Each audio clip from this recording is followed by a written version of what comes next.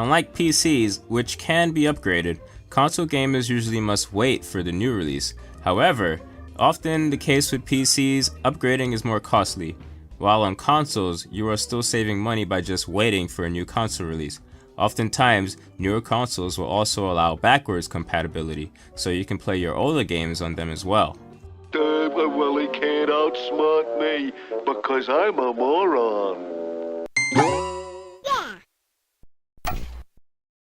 Looking back at the not-so-distant past, 2018 was a pretty fucking fun year for us. The countless peasants that we roasted, which pales in comparison to the amount that I roasted in 2017, back when my passion was on fire and I was relevant, and people actually wanted to watch my videos before I became a cringy 23-year-old. But hey, at least I'm not as stale as Sargon's Pepe memes. We had a lot of great moments, from bitch-slapping Morgana days, to spanking the living shit out of Hard 8 times, down to exposing the peasantry with game ranks. I had a lot of fun. Now, it's a good thing and a bad thing that with each passing year, we see less and less peasants, and that's unfortunate for me, because it means I provide you guys with less people to anally gap and spank. It also means I'm creatively bankrupt, and I'll have to start actually making good content that's everlasting. So a lot of you are probably asking, well, Papa Frit, what do you got in store for us for 2019? And I'm glad you asked. The same shit. We're opening up 2019, spanking the peasants, like we have for the past 2 years without actually innovating.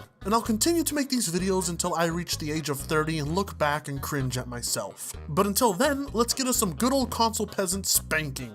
The Orion Elite made a lovely, lovely video by the title of 10 Reasons Why Console Gaming Won't Go Away. And if I were him, I would have probably titled, Not Anytime Soon. Because if streaming truly is the future of gaming, then consoles will become irrelevant. PCs will still be relevant, but who knows, maybe the definition of PC gaming will change to something else. Or maybe PC gaming itself will cease to exist. Now, I can think of a few reasons why consoles wouldn't go away anytime soon. But pretty much all 10 of those reasons has to do with me insulting consumers, so I'll refrain. And I don't think anybody would have a single problem with someone making a video about this subject.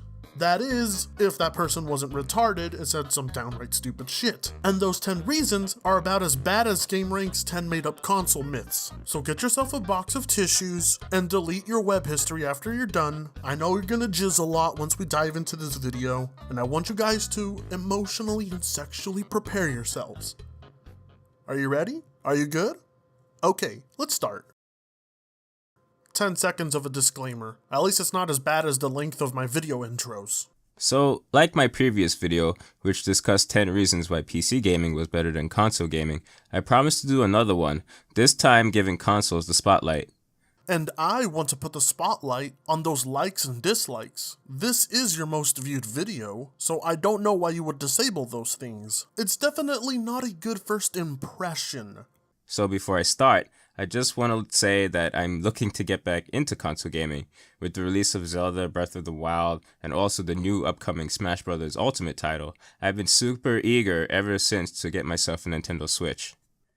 Well, I own both. Beautiful, fantastic, lovely games. Lovely, lovely games. Still dislike almost everything about consoles. I mean, everybody told me, give consoles a chance. Try the Nintendo Switch. It'll get you right back into console gaming. Well, I have a Switch, and I still don't want to touch a PS4, let alone an Xbox One. So, yeah, I just wanted to throw that in there before anyone called me a console hater or something.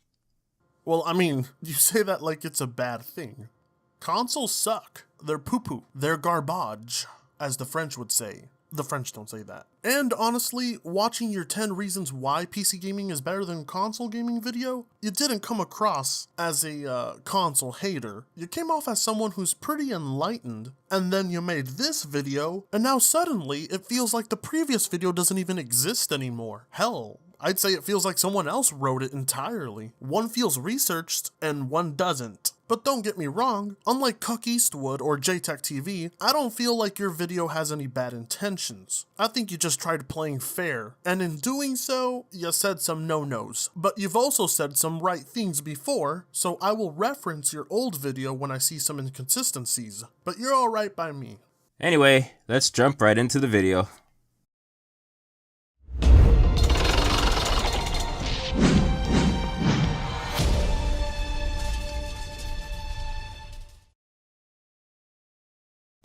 10 reasons why console gaming is better than PC gaming. This didn't work in 2016 or 17. I don't know why you thought it would work in 2018. But here we are once more. Number 10, console games are more affordable. Well, okay, that's it, I guess. I mean, I don't know. I tried.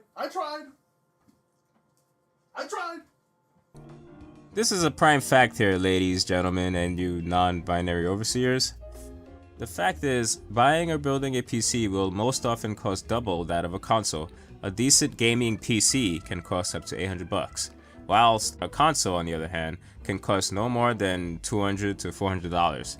So if you're looking to save big on the gaming experience, just stick with consoles. $800 for decent. Exactly what do you consider decent here? Because if you're playing on a console, chances are decent on a PC would probably be amazing for you. I have no idea how you would set the qualifications for what decent is for you, but for most people, 1080p 60 frames per second is fantastic, and you don't need $800 for that. Also, why would you put all three consoles next to that PC? You can just see the price racking up if you want to be the proud owner of at least two consoles at the very least. If people can afford to console game, they can afford to PC game, especially if you own two consoles. But the biggest problem I have is you don't specify which type of savings you will get from consoles. If it's short-term saves, sure, a console can definitely cost you less for a short period of time. However, in the long run, a console will end up costing you more due to the online fees and the higher price of games. Number 9, casual gaming is a thing on consoles. If you aren't necessarily a gamer, then it wouldn't hurt to spend money on a console. Casual gamers who play every now and then can still jump in and get involved. For this, you don't need a PC, and can have a pleasurable and satisfying gaming experience on a console. But vice versa, you wouldn't need a console for casual gaming either. It's not as if PC gaming can't be a casual experience either. With things like Steam Big Picture mode, you can get a very casual experience on the PC. But you are right, you wouldn't need a PC for casual gaming, but you also wouldn't need a console for casual gaming either. This feels like a reach. Both can cater to casuals. Now, if you want to argue that one has a stronger appeal for the casual gamer, then I would agree with you, but I don't think that's the point you made here. One example to support this argument is one of Nintendo's previous game titles, Wii Fit. For someone who is in need of exercise that wants to get in shape, Wii Fit offered a nice arrangement to compensate for this with Nintendo's interactive Wii Mote that worked pretty well in conjunction with the Wii, and it was pretty innovative at the time. And since game consoles are also affordable, a casual gamer may still prefer it over a PC. You do realize you can use the Wii Nunchucks and the Wii Balance Board on a PC, yes? You can also emulate those experiences using the Dolphin emulator. But I see what you're getting at. Some consoles can deliver a unique experience not found on the PC initially. The Nintendo Switch is a prime example of that. It delivers its own unique experience that's distinguishable from PC gaming. I, however, wouldn't link that to casual gaming. Number 8, gaming on a console can be comfortable. Now, if you're an avid PC gamer like me, you probably stare at your computer screen quite often and then get that stagnant, sluggish feeling with the strain on your eyes as you sit there playing Fortnite or whatever. No, I really don't. I couldn't imagine having to sit far away from the games I play. But if you're having a serious comfort issue with your PC and you're an avid PC gamer, then why haven't you just looked for different options to best suit your comfort? It's not like you'll always have to be stuck close to the screen. You can hook your PC up to a TV and sit on a couch. You know that's an option, yes? I mean, if I was an avid PC gamer and the way I've been playing for years was uncomfortable, I would have changed up my setup a long time ago. Because you can do that. Yes, it kind of sucks. Fortunately, consoles don't generally have the same effect. At least, depending on how you play them. Okay, wait. So changing the way you play on consoles can change the comfort of it, but changing the way you play a PC doesn't? Okay, who are you, and what did you do with the guy who made the 10 reasons why PC gaming is better video? There's no way in hell it was you. No fucking way. How does someone go out of their way to gather information about PC gaming and misses this? Like, how do you do that? Most often, when you play on a console, you're usually sitting back in that nice cushioned chair with your legs up on the table and at about 15 feet from the TV. This is ideal for comfort, as there's less strain on your eyes and you're not sitting upright on a desk chair close to a monitor. Now, I know some people out there actually do have a PC hooked up to their television sets and may also even have a controller hooked up as well, but video game consoles by default are meant for television playback, or at least it was that way back in my younger days. So you do know, and you recognize it's something you can do on the PC, but you're giving it to consoles because they're designed for it? Why do consoles get the upper hand in this department? A PC can actually utilize that TV better than a console can. A PC will actually allow you to do true 4K gaming and to hit that 60 Hz. Sure, consoles are designed to be played on TVs. Okay, sure. That doesn't mean they are better at it than a PC. This is absolutely ridiculous. In the attempt to be as fair and as balanced about both platforms, you're being very unfair. So it really just depends on the user in this case. Heck, for all I know, some people probably play their consoles or PC games from their beds. Whatever it takes to maximize player comfort, I guess. Exactly. So if it all depends entirely on the individual and not the platform, why did you give the edge to consoles? Number 7. Consoles are easier to set up and manage. If you are not computer experienced or know anything about all the parts, it's probably better to just stay away and get a console instead. Alright, I'll be honest here. Number 7 varies. I wouldn't immediately tell someone who doesn't know anything about PC gaming to stay away and go straight for a console. Building a gaming PC is a learning curve, with great reward, but the everyday man isn't going to want to do that. The everyday man is probably going to want something that they can just buy and plug. And in that case, pre-builts are a thing, and they connect basically like a console would. HDMI to the TV, power to the outlet, USB devices, and the USB ports. Press the switch, and the PC starts. And quite often, people who use a computer might also have to deal with things such as malware and Trojan viruses.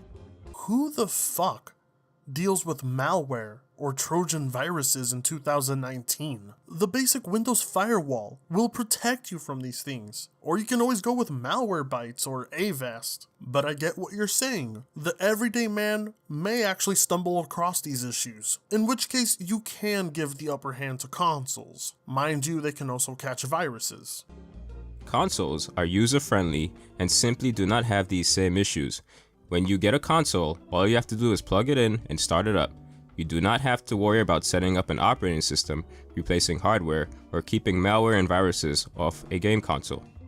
Well, you did use the Nintendo Switch as an example. That one has a far less setup to it than the PS4 and the Xbox One, which have updates up the ass, game installations, patches. Gone are the days of plug and play for consoles. That hasn't been the case for them since the PS2 era. But I will still give you the point that yes, even though consoles are no longer plug and play, they are still a much easier setup than a PC, if you don't know what you're doing, of course. However, when it comes to replacing parts, that's actually a good thing for the PC. If a part goes bad on your console and you don't want to lose the warranty, don't even think about replacing anything or even opening it up. But on a PC, if a part goes bad, you can change it yourself. So I don't even know why you would say changing parts is a bad thing. Number 6. Consoles have a variety of exclusive games. Now, I could skip everything he's about to say and end it here by just mentioning that so does the PC, but I want to hear the regurgitated talking points that peasants always give. I discussed my distaste for exclusive game titles in the previous video as well, but in some cases, they are a good thing. I wouldn't say a good thing. I'd say they're more of a necessary evil. The concept of exclusives may annoy a lot of you, but they're a necessary evil. This is Rich of Review Tech USA signing out. If you like a specific console brand and their games, then there's nothing wrong with investing in that brand. I consider myself to be a Nintendo fan at heart, and to this day, still buy games for my 3DS. As I also mentioned, one of these days I will also purchase a Nintendo Switch of my very own. Gotta prepare for that Smash Bros. Ultimate release, you know what I'm saying? That's it? Really? Well, I'm surprised you didn't throw out The Last of Us Uncharted. Exclusives are the very one thing that are preventing consoles from going the way of the dodo. But I'm still confused as to what your original point was, because you titled the video 10 Reasons Why Console Gaming Won't Go Away, but at the beginning of the video, its title is 10 Reasons Console Gaming is Better. If you want to say console gaming is better because it has exclusives, and you want to ignore the fact that so does the PC, that's extremely unfair. But if you want to say that consoles won't go away because of exclusives, then I'll agree with you. But your entire video has just been nothing but confusing to me. Number 5, there is a generation gap. Every couple of years, corporations such as Nintendo, Sony, and Microsoft will announce a new video game console. This is to keep up with the technology, of course, but this means you can play newer games with better graphics and such. It's funny how oftentimes peasants will complain about having to get a new graphics card for a PC, but when it comes to buying an entirely new console, that's not an issue. But you are correct. Generational leaps keep consoles relevant in terms of hardware. What's inside of them, however, is mediocre and low tier at best. Now, this isn't a bad thing. Unlike PCs, which can be upgraded, console gamers usually must wait for the new release. However, often the case with PCs, upgrading is more costly, while on consoles, you are still saving money by just waiting for a new console release. Oftentimes, newer consoles will also allow backwards compatibility, so you can play your older games on them as well. No, baby doll, stop. So much wrong there. Most of the time, this is where I turn the peasants around and I spank them like there's no tomorrow. But I'm just gonna give you a little pat on the head and hope that you don't get worse from here. Upgrading your PC's graphics card, or CPU, or RAM, or whatever component you're going to upgrade, definitely won't cost you the initial price of a brand new console. Say you have a GTX 960 and you want to move up to a 1060. That's an upgrade, and one that's not going to cost you more than the price of a new PS5, which we don't even know what the price will be, let alone the specs. If you're someone who has a GTX 1080 and you want to jump to an RTX card, yes, upgrading will be more expensive for you, but this isn't the case for everyone. You don't always have to upgrade to the next best thing that's out currently. You can upgrade to all different tiers of graphics cards or processors. It's not as if you have to make the immediate leap to the best thing on the market. Where you completely lost me was on the backwards compatibility. When it comes to backwards compatibility for consoles, it's not as simple as putting in a disc from the previous generation and expecting it to run right away. As a matter of fact, when it comes to backwards compatibility for consoles, it all depends entirely on the previous games that Microsoft and Sony choose to allow you to play. You don't have immediate access to all the previous games that you've owned. As for the PC, every single game that you purchased on Steam, Origin, GOG, it doesn't matter if you decide to jump to a new set of hardware. You will always have access to those games. You don't have to start over. You don't have to wait for Steam to tell you what games you can and can't play. You have immediate access to those games. So there is no way in hell a console is better than a PC at backwards compatibility. Not even close. Number 4, graphics is not necessarily an issue for consoles. Some people like eye candy material. The PC gaming community has always praised and glorified how game graphics are superior in every way in comparison to game consoles. But is that really true? Well, I mean, according to your previous video, yes. Number 9, PC gaming will always offer better hardware and graphics.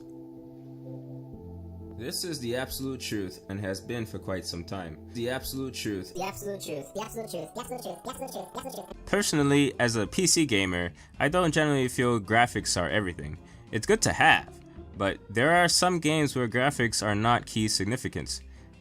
Take Minecraft for example.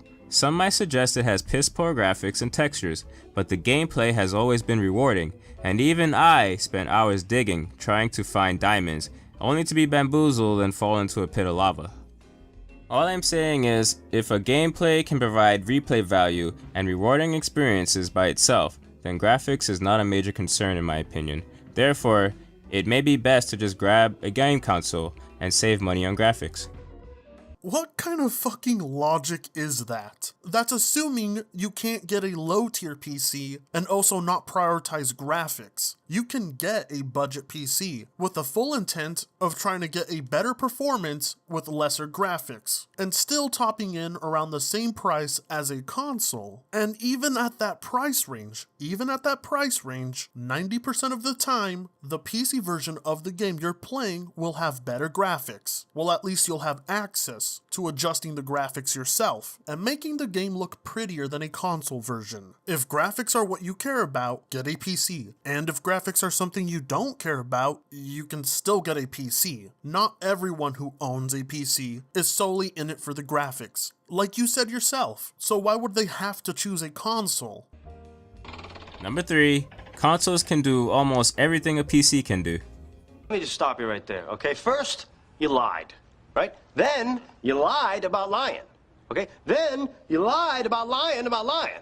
But that doesn't add up to your previous video. In your previous video, you said that PCs can do way more than consoles. I mean, here's you saying it yourself. Consoles are generally manufactured with one idea in mind, gaming, while PCs on the other hand are built for way more other purposes. Not only that, but with the right operating system and hardware, you can multitask.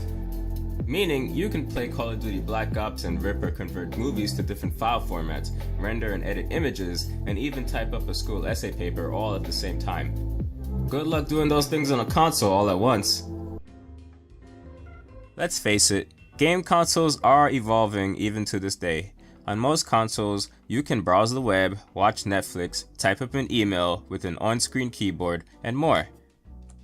And although these may seem like the basics, at one point, consoles could barely do any of these things.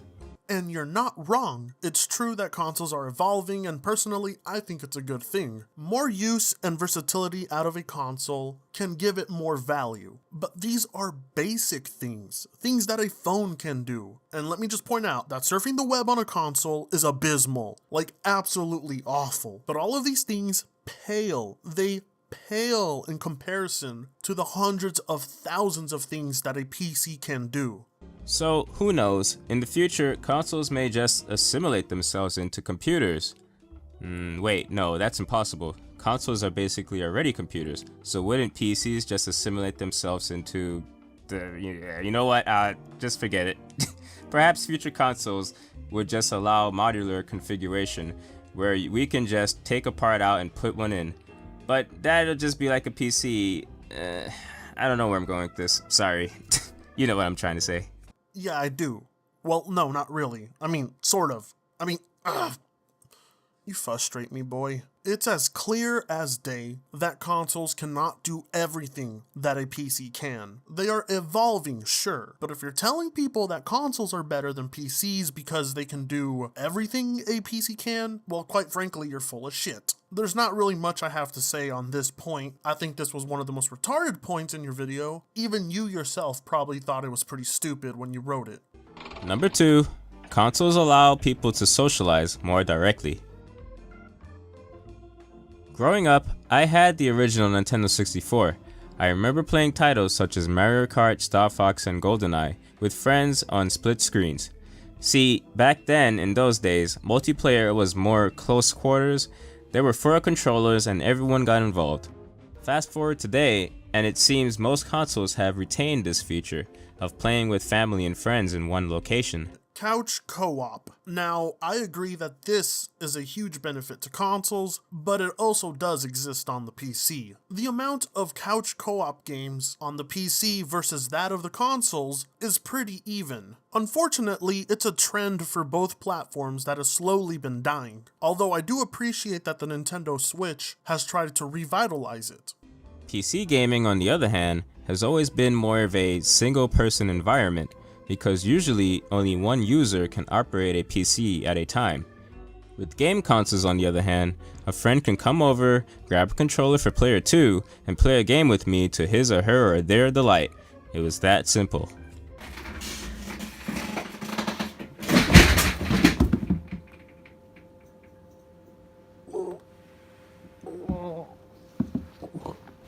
I just don't understand. I don't understand. Somebody who's a PC gamer such as yourself should know easily that you can do the same thing on a PC. A friend can come over, pick up a second controller, and play with you. This has been something you could do on PCs for a long time. What I'm guessing, however, is that since you don't see PC gaming as a living room experience, which it can be, you probably don't realize that this is something that's possible. Not too long ago, I was playing Castle Crashers with my brother and sister, and it was as easy as picking up the Xbox controllers and all playing together. You aren't wrong when you say that there's a heavier emphasis on single-player experience when it comes to PC gaming, but you're wrong in implying that local co-op on the PC isn't something that exists.